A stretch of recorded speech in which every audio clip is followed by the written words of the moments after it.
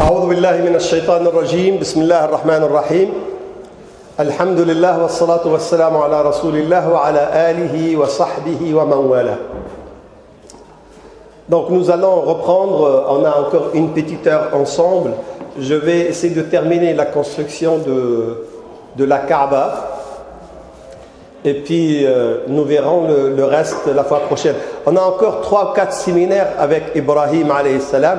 Puis quand on va parler de Lot, on va parler de Ibrahim aussi. Quand on va parler de Ishaq, on va parler de Ibrahim aussi. Là, j'ai parlé de Ismaïl et de Ibrahim parce que nous sommes en train de parler de la construction de la Kaaba et l'édification de la Mecque.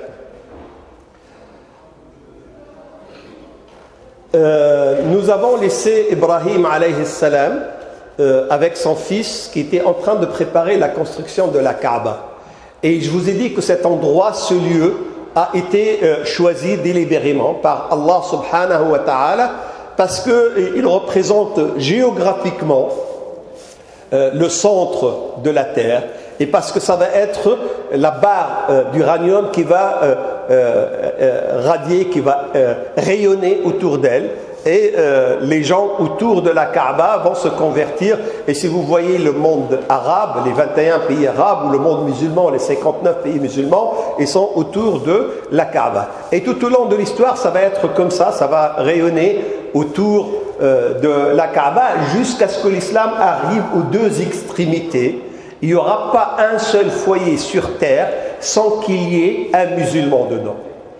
Que les gens acceptent ou l'acceptent pas, déjà les caricatures contre le prophète Mohammed sallallahu alayhi wa sallam, c'était une préparation pour que tout le monde entende parler de Mahomet, Mohammed. Personne ne peut dire je ne le connais pas.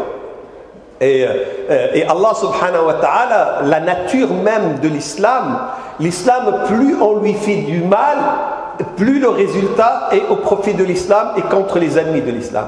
Il y a l'effet boomerang et c'est juste dans l'islam. Je vous ai dit qu'il y a une architecture, il y a une mathématique musulmane qui ne sont pas la règle chez les humains. Quand Allah subhanahu wa ta'ala, il te demande de payer, mettre ta main dans ta poche et sortir de l'argent, le donner, le prophète sallallahu alayhi wa sallam, il a juré Ma naqasa malun min sadaqa. Ça veut dire quoi? Si tu as 10 euros, tu donnes 5 euros pour un mendiant, pour un nécessiteux, pour une mosquée, pour une œuvre. Les mathématiques humaines disent qu'il te reste 5 euros. Les mathématiques musulmanes disent qu'il te reste 50 euros. Tu avais 10, tu as donné 5, normalement il te reste 5. En islam, non, il te reste 50.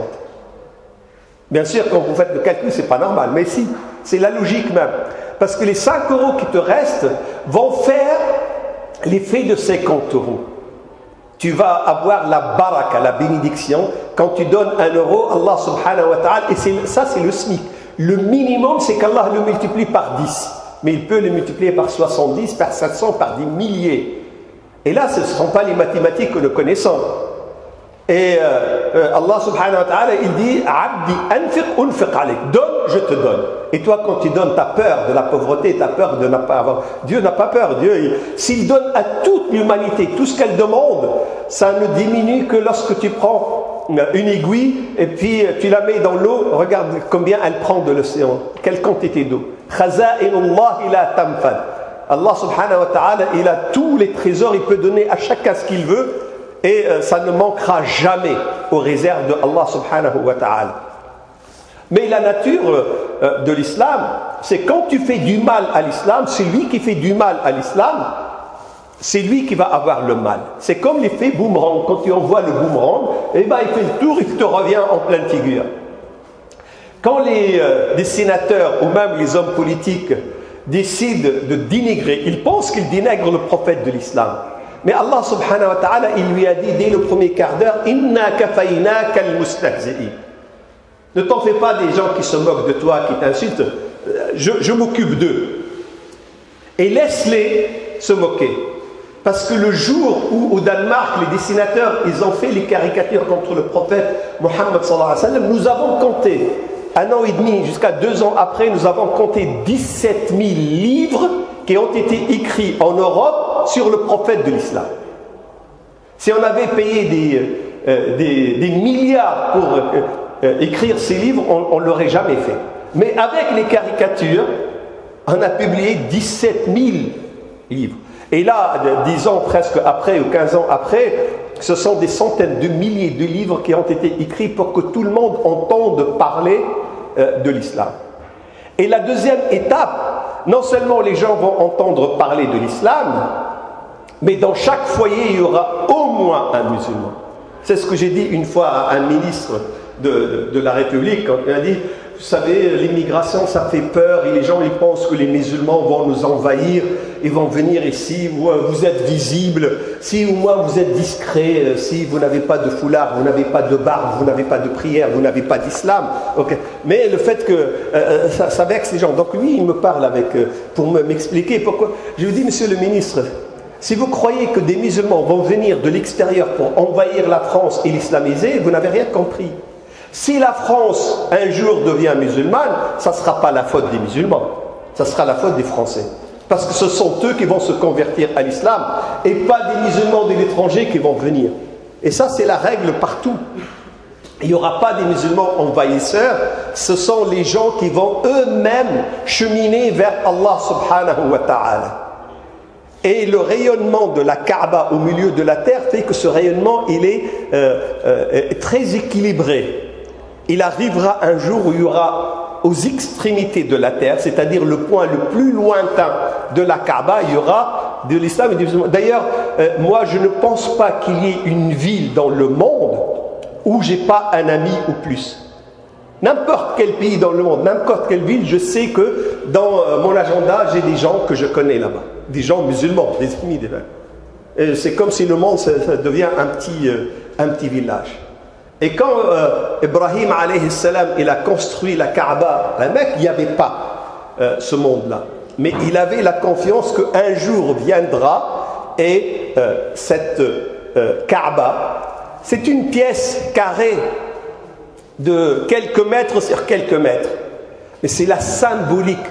C'est un temple qui a été construit pour Dieu, pour l'adoration de Dieu. Et c'est un temple qui va servir à unir les musulmans. Voyez cette image, je vous ai déjà parlé de cette image, mais je vous fais un rappel. Vous voyez la terre, c'est une sphère, elle est sphérique. Alors imaginez qu'il y ait des musulmans partout dans le monde. Prenez le globe terrestre, la sphère, et mettez des épingles, des aiguilles pour dire qu'ici, au Brésil, il y a des musulmans, au Pérou, il y a des musulmans, au Mexique, il y a des musulmans, aux États-Unis, au Canada, en Chine, au Japon, en Corée, en Inde, puis faites après en Allemagne, en Belgique. Là où il y a des musulmans, mettez une aiguille. Vous allez voir qu'il y a plein d'aiguilles partout dans le monde. Et ces gens-là, ils vont faire la prière. Pendant la prière, ils s'adressent où? Dans quelle direction?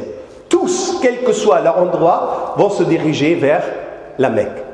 Alors imaginez que la prière c'est un faisceau, c'est un rayon laser, c'est un rayon lumineux. Qu'est-ce que vous allez trouver? Si jamais on a une caméra qu'on place au-dessus de la Terre, dans la station spatiale on met une caméra spéciale prière. Vous allez voir un cône de prière qui vient de toute la sphère terrestre, du globe terrestre, et qui, au-dessus de la Kaaba, monte au ciel. C'est vraiment un cône, c'est vraiment une image. Donc c'est un symbole d'union. Tous les musulmans, quel que soit leur endroit, leur pays, ils se dirigent vers le même point. Et ce n'est pas la direction physique. C'est pas parce qu'on se dirige là physiquement. Non, la direction physique, elle commande la direction spirituelle, la direction du cœur. Vous savez, dans cette salle, si je dois relever les nationalités d'origine, je vais trouver des Marocains, je vais trouver des Algériens, je vais trouver des Tunisiens, je vais trouver des Turcs, je vais trouver des Indiens, je vais trouver des Sénégalais, je vais trouver... Mais c'est quoi qui nous réunit?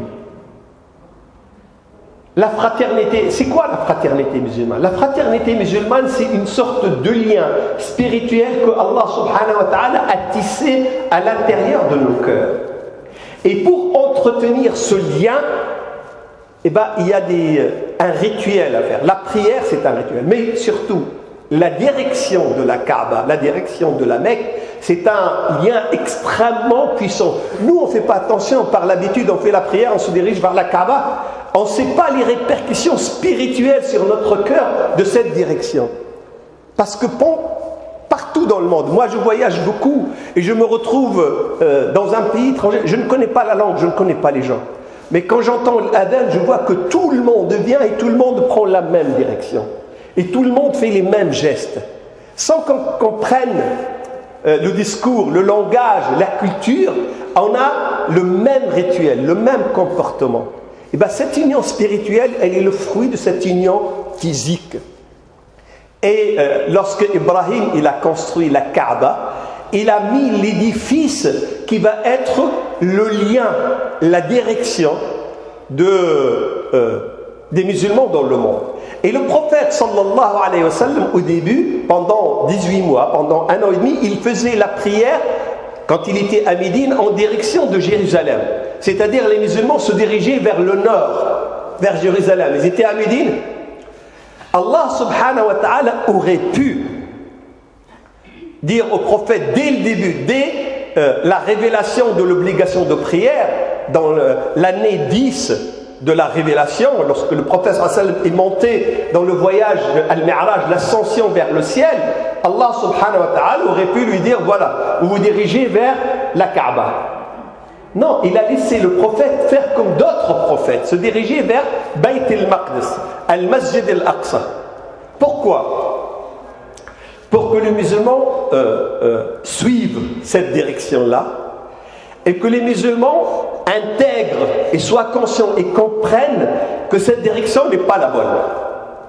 Si on leur a dit dès le début qu'elle n'est pas bonne et dès le début ils se dirigent vers la Mecque, ils n'auraient pas pris la considération et l'importance de la chose.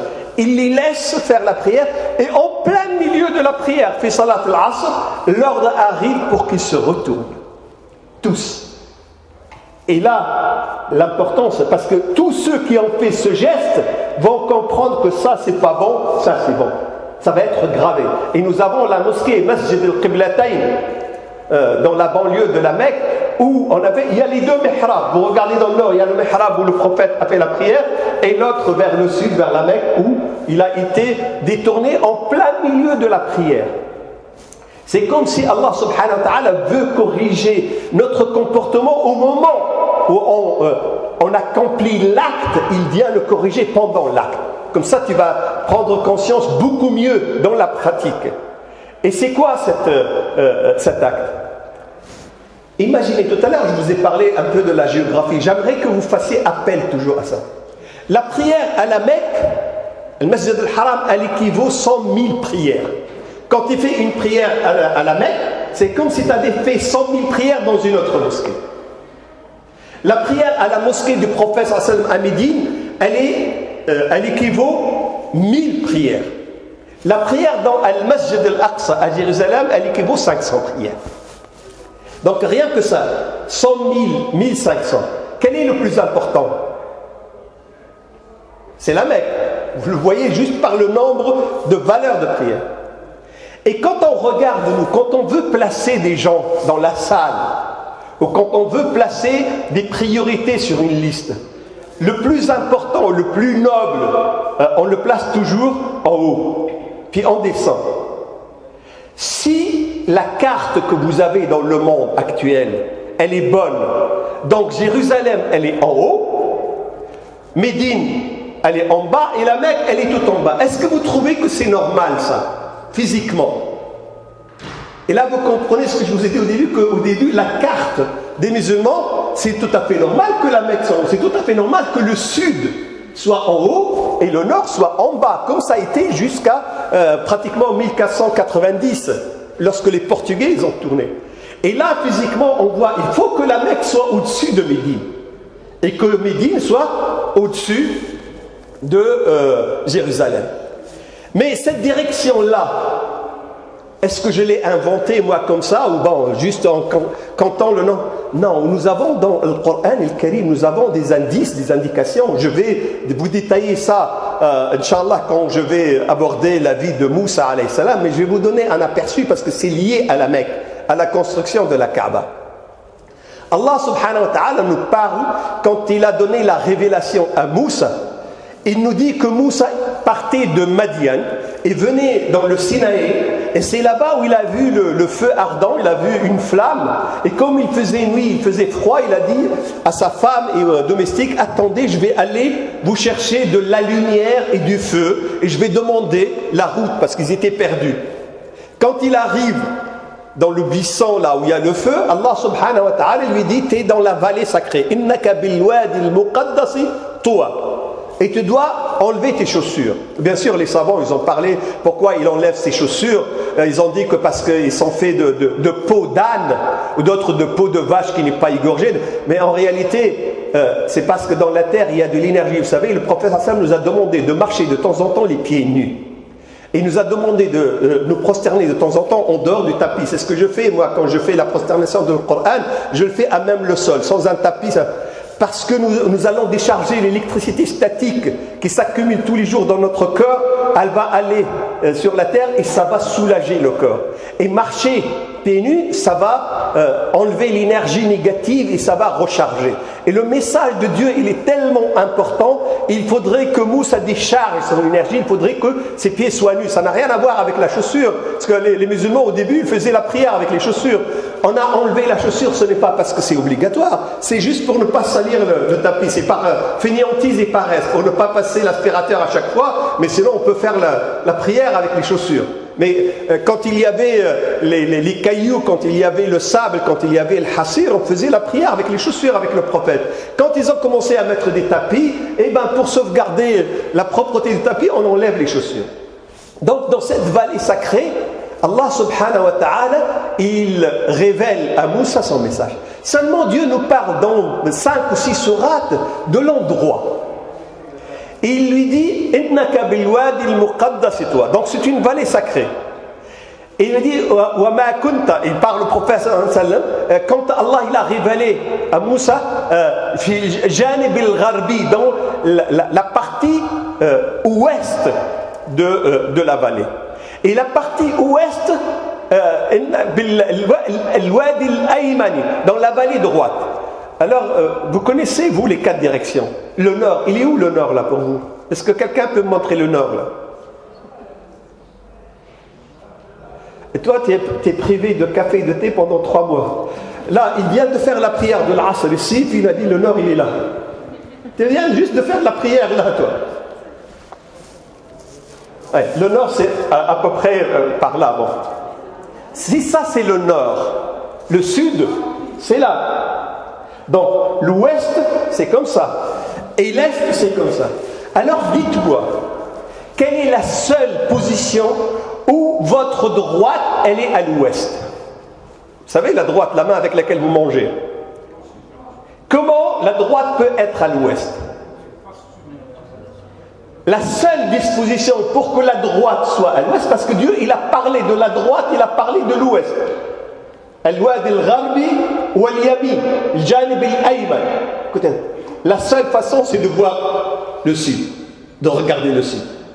Pourquoi Moussa devrait se tenir comme ça dans cette direction? Et pourquoi Dieu, il nous donne ces détails topographiques, géographiques, pour nous dire que la direction où tu dois te mettre, où tu dois t'adresser, c'est cette direction-là. Et comme à Tour, la montagne, elle est dans le sud de Sinaï, elle est dans le nord de la Mecque, la position où Moussa était debout, comme Dieu lui a dit, laisse ta droite à l'ouest, Moussa, il se dirige vers quoi? Vers la Mecque. Il n'y a qu'une seule alternative, il n'y a pas plusieurs. Et là, on comprend pourquoi Dieu il nous donne ces détails géographiques dans le Coran. Pourquoi il nous parle de l'ouest, il nous parle de la droite, et il nous a pas dit quand est-ce, où et comment il a révélé à Ibrahim, à Nouh, à Isa. Mais pour Moussa, il nous donne des détails, parce que Moussa, il va être le prophète d'une grande nation qui va prendre le flambeau de l'humanité pendant des siècles. Puis après, Allah subhanahu wa ta'ala, il leur a dit, vous avez trahi la mission, on va donner le flambeau à quelqu'un d'autre. Et vous allez les suivre dans la direction qu'ils ont imposée. Mais elle n'est pas la bonne. Je dois vous ramener vers la bonne direction. Donc, en plein milieu de la prière, vous devez changer de direction. Et nous avons des versets dans Surat al-Baqarah qui nous demandent le changement changement de ça. Et c'est très important dans notre vie de comprendre que nous avons un système de valeurs, une compréhension de l'espace, une compréhension du temps, une compréhension du bien, du mal qui est différente du reste de l'humanité parce qu'elle se réfère à des références stables, immuables. Ce sont les références de Allah subhanahu wa ta'ala, qui sont les mêmes en réalité pour les juifs et les chrétiens, mais pour des raisons politiques, pour des raisons de mauvaise foi, pour des raisons d'ignorance, d'intérêt, ça a été modifié et changé. Pour les musulmans, Allah subhanahu wa ta'ala, il leur a dit: tournez-vous tous vers le même point, ça va unir vos corps, mais cette union va unir vos cœurs, votre esprit. Et si jamais, quand vous faites la prière, il y a une lumière qui monte dans le ciel, comme la terre elle est sphérique, il y a un cône de lumière qui va se former et qui va être exactement au-dessus de la Kaaba, qui va monter au ciel. Pourquoi c'est important? Je vous ai dit qu'au-dessus de la Kaaba, il y a Bayt al-Izza. Il y a l'autre Kaaba qui est juste au-dessus et que les anges viennent tous les jours, 70 000 anges. Ils viennent faire la prière, ils ne reviennent jamais. Faites un calcul depuis que Dieu a créé le monde jusqu'au jour dernier, combien il y a d'anges? Les milliards d'anges. Et bien quand la prière, ma prière à moi, elle arrive, elle est importante, Dieu va la prendre en considération. Mais lorsque ma prière, elle vient accompagnée de la prière de lui, de elle, de lui, ça va être une masse tellement importante que Dieu va lui donner la priorité du traitement. Les anges au ciel, ils ne vont pas avoir un rayon de lumière, ils vont avoir un faisceau incroyable de lumière, et ça va être traité d'une manière beaucoup plus prioritaire. Mais il y a un autre phénomène, on ne le voit pas nous, mais qui existe, c'est que cette lumière-là, elle ne va pas être perdue. Il y a un miroir qui réfléchit la lumière. Quand on dit telle personne, il voit avec la lumière de Dieu. Est-ce que vous savez ce que ça veut dire? Je vous donne une image. Vous avez vu en optique au lycée, au collège, que quand il y a un miroir, il peut réfléchir la lumière. Et la réflexion de la lumière, elle est toujours à 90 degrés. Donc quand notre cœur, et le prophète sallallahu alayhi wa sallam, il nous donne une image du cœur. Il dit que le cœur c'est comme un miroir, exactement. Et quand tu commets un péché, il y a une tache qui vient salir le cœur. Et c'est pour ça que quand tu fais un tawbah, demande pardon, tu fais des invocations, il y a un monsieur propre qui passe et qui nettoie la tache. Vous avez... Et quand le cœur n'est pas nettoyé, il va être tellement opaque que lorsque le cœur il est à 45 degrés, c'est un miroir à 45 degrés. Quand il reçoit la lumière qui vient du ciel verticalement, il doit la réfléchir à 90 degrés devant. Donc imaginez qu'il y a un faisceau de lumière qui vient du ciel. Il tape sur ton cœur, il le réfléchit, il t'éclaire ta vie devant toi. Tu vois, tu prends la bonne décision. Tu vas à la bonne école, tu choisis la bonne femme, tu te maries avec le bon mari, tu décores le bon décor de la maison, tu dis la bonne parole. Tout est éclairé par cette lumière de Dieu.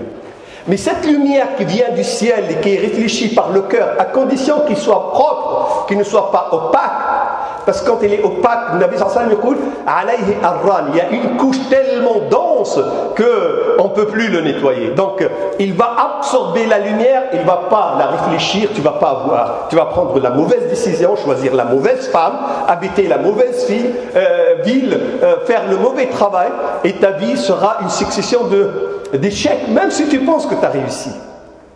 Mais si jamais ton cœur il est propre, il va réfléchir cette lumière céleste. C'est ça la lumière de Dieu. Elle vient d'où en réalité? C'est exactement comme l'eau. La terre ne crée pas de l'eau. La terre, Dieu lui a donné un réservoir d'eau dès le début. Et après cette eau, elle est réfléchie, elle s'évapore par la chaleur et elle monte. Elle forme les nuages et elle retombe. Et c'est toujours le même cycle. Et bien la lumière des musulmans, plus il y a des musulmans croyants, plus il y a de lumière, plus il y a des musulmans qui sont bien guidés. Quand il y a peu de musulmans, Allah il n'accepte même pas les invocations. C'est pour ça quand il y a un savant, il a vu le prophète sallallahu alayhi wa sallam en songe, il lui a dit « Ya Rasulallah, on est plus d'1 milliard. Pourquoi on est les derniers de toutes les nations ?» Il lui a dit « Le jour où il y aura parmi vous, au nombre des compagnons dans Badr, c'est-à-dire 313 personnes, qui ont la foi des compagnons, et Dieu va accepter toutes vos invocations, toutes vos prières. C'est-à-dire 1 milliard de musulmans, mais on n'a pas encore 313 personnes qui ont la foi, le poids de la foi des compagnons du prophète sallallahu alayhi wa sallam. Parce que le nombre c'est important, il y a un quota. Mais plus on augmente les prières, plus le faisceau de lumière devient intense, plus la lumière réfléchie justement par le ciel dans nos cœurs, elle est importante, plus ça éclaire notre vie devant nous. C'est pour ça la construction de la Kaaba, Ibrahim quand il a choisi ça, pour qu'elle soit une qibla, elle participe à régler tous ces problèmes d'optique, de physique. Nous, on ne fait pas attention à ça. Dieu, il a dit, le Kaaba, on fait la prière sans réfléchir. Mais en réalité, il y a une influence, une incidence importante dans nos cœurs, dans nos esprits, qui agit d'une manière inconsciente, mais qui a une répercussion très, très, très profonde dans notre vie de tous les jours. Ibrahim alayhi salam, il a choisi la forme carrée. C'est pour ça qu'on l'appelle Kaaba. Kaaba, c'est-à-dire cubique. Pourquoi la forme? Si vous vous rappelez vos cours de géographie, vous allez voir que la forme la plus parfaite en géographie, c'est le cube. Parce que tous les côtés sont égaux. Tous les angles sont des angles droits. C'est la seule forme parfaite. On peut prendre la sphère pour la pression, la sphère c'est mieux, mais la sphère il n'y a pas d'angle. Puis on ne peut pas comparer un côté, il n'y a pas de côté. On ne peut pas comparer l'égalité. Pour que tout soit équilibré, la seule forme, et on a vu ça même au lycée dans la géographie, c'est le cube. Donc il a choisi un cube qui témoigne de la forme parfaite. C'est-à-dire l'endroit où tu dois adorer Dieu, ça devrait être l'endroit parfait. Non seulement parfait par la spiritualité, par l'importance de ce qu'il te va dire, te va demander, mais même esthétiquement, même physiquement, ça devrait être parfait. Et c'est pour ça, moi, quand je vois dans nos mosquées, j'espère que l'imam n'est pas là, je peux faire un peu de médisance, mais dans les mosquées, tous les gens qui m'ont conseillé, je leur ai dit, dans la mosquée, il faut que le mur devant soit blanc, qu'il n'y ait rien. Quand on rentre, on sent une sorte de dépouillement, une sorte de repos. Il faut que tout soit propre, nickel, parfait. Quand tu rentres dans la mosquée, tu rentres dans une pharmacie tellement propre, mais il n'y a pas d'étagère de médicaments. Tout est bien. Dans nos mosquées à nous, il y a une chaise blanche, une chaise noire, une chaise cassée, une chaise il y a un rideau noir, un rideau bleu, il y a des trucs. Ce qui fait que moi, quand je fais la prière, je suis en train de lire les titres des livres. Je suis en train de lire ce qui est marqué sur l'écran. Je suis en train de regarder. Et 80% de la prière, je le fais en regardant tout le décor. À l'époque du prophète, il n'y avait rien. Ton regard n'est pas attiré par ça. Et j'ai toujours conseillé aux gens, quand vous faites la prière, essayez d'être devant quelque chose où il n'y a rien qui attire votre regard. Alors imaginez la concentration de la prière. Lorsque moi je fais la prière en face de ma bibliothèque, quand je dis Allahu Akbar, ce livre il est envers. Dès que je termine, je vais le remettre à l'endroit. Et puis, alhamdulillah rabbil alamin, ça j'ai oublié, je l'ai cherché pendant longtemps. Et la télévision, elle est allumée. Et puis j'entends l'acteur qui dit c'est quoi ça? C'est quelle série? C'est quel film? Je dis, ça me rappelle quelque chose. Et je vais avec les télés. Et en même temps, ma femme, elle est au téléphone. Oui, mais je te dis demain, arrête de. Mais elle parle à qui là, etc. Puis j'entends mon fils en train de rire. Mais qu'est-ce qu'il fait là? Ce qui fait que de la prière, j'ai 1 ou 2% de concentration. Tout le reste, c'est la télé, c'est le téléphone, c'est ma femme, c'est la bibliothèque. Et comment voulez-vous que je sois concentré dans la prière? Et bien quand l'endroit il est épuré, il est pur, il est propre, il est dégagé, tu as beaucoup plus de chances d'être concentré parce que physiquement, tu n'es pas tenté par l'environnement autour. C'est pour ça quand il a choisi la Kaaba, parce que c'est la forme la plus épurée, la plus pure, la plus parfaite. Et il a construit ça pour nous dire à nous, quand vous construisez les maisons de Dieu, les mosquées, les écoles, faites attention à l'esthétique. Faites attention à la beauté. Je me rappelle, il y a 30 ans, 35 ans, quand on a commencé à parler de foulard, les femmes, à l'époque, il y a 35 ans, les femmes ne sortaient pas. D'ailleurs, pour un Marocain, que sa femme sorte, il y a des frères marocains que je connais, j'ai connu leur femme 15 ans après leur relation. Et le foulard, c'était pas répandu. Il y a très peu de femmes qui portent le foulard. Quand elles ont commencé à porter le foulard, il y a des papas, surtout de Jamaat et Tablir, que Dieu les récompenses, ils ont commencé à imposer le foulard à leurs filles et s'habiller à la musulmane. Et je les voyais à l'école, des petites filles de 8 ans, de 10 ans. Mais c'est vraiment un carnaval. La jupe, elle est rouge, la veste, elle est jaune, le foulard, il est de travers, etc. Il n'y a aucun goût, il n'y a aucun... Et quand je rentre à la maison, je vois le rideau du salon, là, il est jaune, l'autre, il est blanc, parce que là, il a trouvé dans la brocante, l'autre, il a acheté en solde, celui-ci, il l'a pris de son ancien... et quand je m'assois, il y a la table, il y a 4 chaises, il n'y a pas une chaise qui ressemble à l'autre. Et j'ai écrit des articles, la crise du goût des musulmans. On ne faisait pas attention à l'esthétique. On ne choisit pas les couleurs assorties. On ne choisit... Alors qu'Allah subhanahu wa ta'ala, même quand il nous parle des courgettes, quand il nous parle des oignons, des échalotes, il nous parle qu'Allah, il a créé ça, mais il a donné de l'esthétique, il a donné de la beauté. Même quand il nous parle des ânes, il nous dit même les chevaux, les mulets et les ânes, ce sont des montures, des moyens de transport. Mais pour vous, c'est une parure, c'est une beauté. C'est vrai, quand vous voyez un cheval, il est très beau. Même l'âne, les lignes de dessin de l'âne, là, c'est un animal très beau. Parce qu'Allah, il a donné de l'esthétique dans tout, dans les légumes, dans les fruits.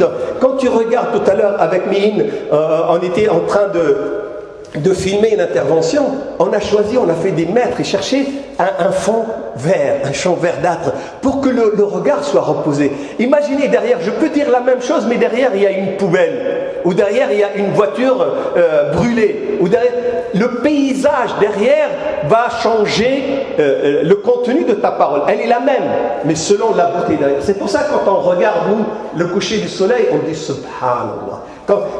Regardez les arbres, il y a des milliards de formes d'arbres. Mais à chaque fois que tu vois un arbre, tu dis Subhanallah, parce qu'il y a une beauté, il y a ce qu'on appelle les angles privilégiés que Dieu a mis dans. Quand tu vois un oiseau qui vole, tu vois la beauté, la majesté quand il développe ses ailes et quand il les reprend. C'est quelque chose de... Dans toute la création, il y a l'esthétique, il y a la beauté. Et bien le concentré, la synthèse, le concentré de cette beauté devrait être dans la maison de Dieu, devrait être dans la mosquée, devrait être dans le temple de Dieu. Et c'est ce que Ibrahim alayhi salam s'est employé à faire. Et quand Ismaïl lui passait les pierres, dès le début, il savait que Dieu lui a demandé de faire ça, il va le faire. Il a préparé le ciment, il a préparé les pierres. Mais arrivé à un certain stade, le mur est devenu trop haut, il ne peut pas mettre les pierres. Il lui a dit à son fils, là, va me chercher quelque chose pour me servir d'échafaudage. Il lui a cherché la pierre qu'on appelle Maqam Ibrahim. Et Allah subhanahu wa ta'ala lui a donné un coup de pouce. Plus le mur monte, plus la pierre monte. Elle-même. Quand il a terminé, il est arrivé à la hauteur voulue, la pierre, elle est redescendue à sa place. Et Dieu, il a dit, cette pierre, c'est la preuve que Ibrahim, elle a construit. Prenez-la comme endroit pour faire la prière. Et on l'a toujours, Maqam Ibrahim. Pour tous ceux qui sont allés à la Mecque, ils l'ont vu. Et Allah subhanahu wa ta'ala, après, il a apporté, on va dire, une touche. Vous savez, quand vous avez, dans votre salon, vous avez choisi le meilleur papier peint, vous avez fait la frise, vous avez choisi le meilleur, vous avez mis le canapé dans le coin jusqu'à haut, vous avez regardé, votre salon, il est beau. Mais il manque une petite touche. Alors vous allez chercher un tableau. Vous allez l'accrocher. Il faudrait que le tableau soit assorti avec les meubles qu'il y a à la bibliothèque. Il ne faut pas que ça soit une couleur criarde ou une forme. Donc tu vas choisir, quand tu le mets, tu regardes là. Ah, là c'est beau, là c'est complet. Et bien cette chose qui complète le décor, la beauté, c'est la pierre noire. C'est une sorte de météorite qui est venue du paradis. D'ailleurs, quand on l'a analysé 3 ou 4 fois au XXe siècle, on trouve que c'est pas, les éléments ne sont pas dans le tableau des éléments de Mendeleïev. Ce sont des éléments qui n'existent pas sur Terre.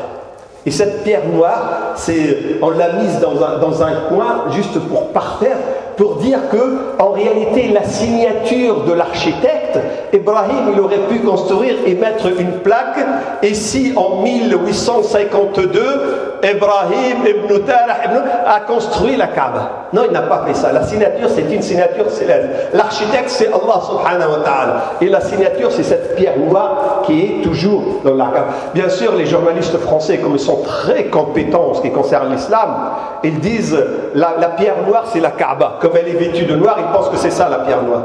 Et que c'est le tombeau de Mahomet. J'ai entendu, moi, le rédacteur en chef de France 2. Moi, je me suis dit, si j'étais ministre de l'Éducation, je le ramène à l'école primaire. Parce qu'il est rédacteur en chef de la deuxième chaîne. Il pense que la Kaaba, c'est le tombeau de Mahomet, et c'est la Kaaba qu'on appelle la pierre noire. Imaginez l'incompétence des gens qui parlent de l'islam ici en France.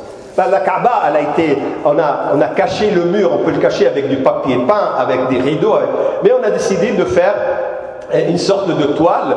Elle n'a pas toujours été noire, elle a eu beaucoup de couleurs. Maintenant c'est noir avec de la calligraphie dorée. Et dans le coin, dans un des 4 coins de la Kaaba, il y a une petite pierre qui fait, on va dire, la dimension presque d'un ballon de hand, qui est la pierre. Elle était beaucoup plus grande que ça, mais on a extrait beaucoup. Il y a même beaucoup de rois qui ont ponctionné, qui ont enlevé des parties. Et elle est toujours dans une sorte de cadre en argent. C'est la signature de l'architecture primaire de cette Kaaba.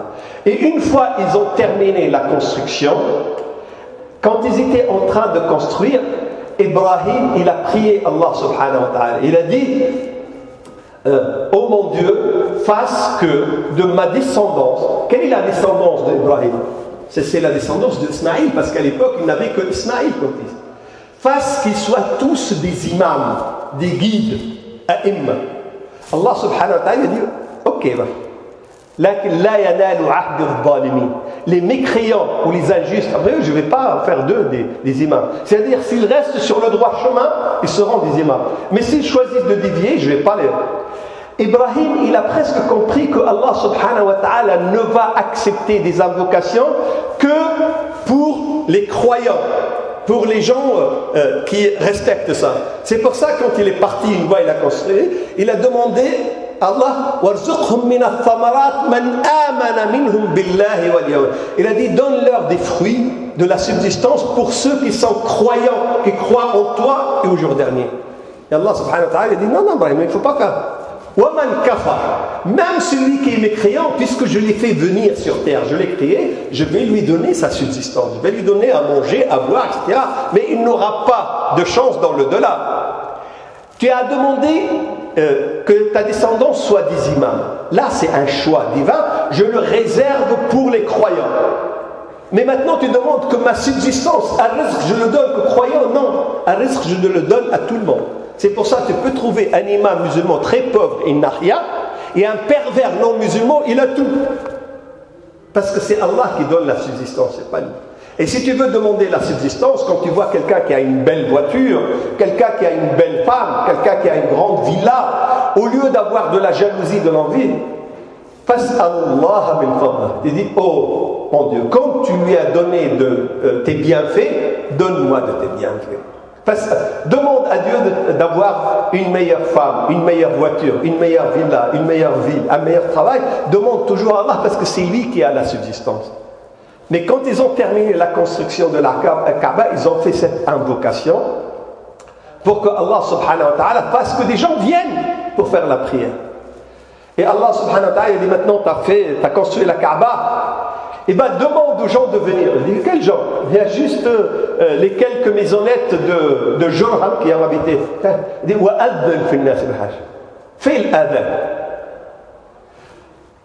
Moi, quand j'ai étudié l'électronique, on m'a appris que c'était vers 1920 qu'on a commencé à inventer le premier amplificateur. Quand on a commencé à faire les transistors, au début c'était des lampes, après c'est devenu le transistor qu'on connaît, pour amplifier le son.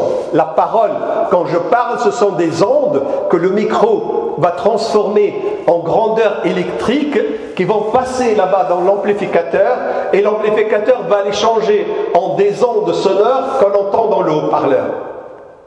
On pensait que ça a été fait dans les années 1920. Non, Ibrahim alayhi salam, il avait un micro beaucoup plus puissant. Il y a des millions de décibels.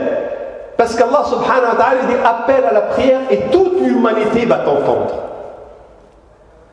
Adnan fi an-nas bil hajj. Ya'tuka rijalan, ils viennent à pied, ils viennent sur des montures, ils viennent avec des bateaux, avec des avions, avec des fusées, de toutes les contrées de la terre. Et d'ici quelques dizaines d'années, ils vont venir des stations spatiales que nous allons construire, vont venir de la Lune quand elle sera en partie habitée, ils vont venir de Mars, ils vont venir de toutes les planètes. Ils viendront tous ici parce que j'ai décidé ça, j'ai programmé ça. Et Ibrahim alayhi salam, il a construit la Kaaba et puis il a appelé les gens à venir. Et est-ce que les gens viennent?